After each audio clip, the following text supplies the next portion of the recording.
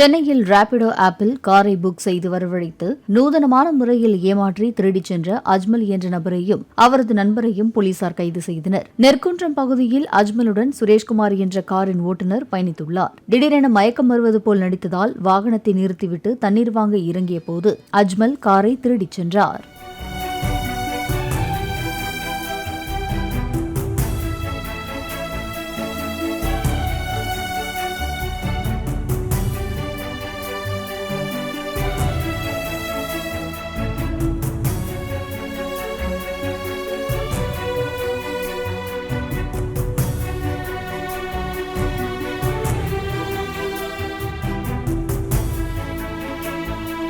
Play store மற்றும் app ஸ்டோரில் இருந்து பாலிமர் செயலியை QR கோடு மூலம் பதிவிறக்கம் செய்யுங்கள்.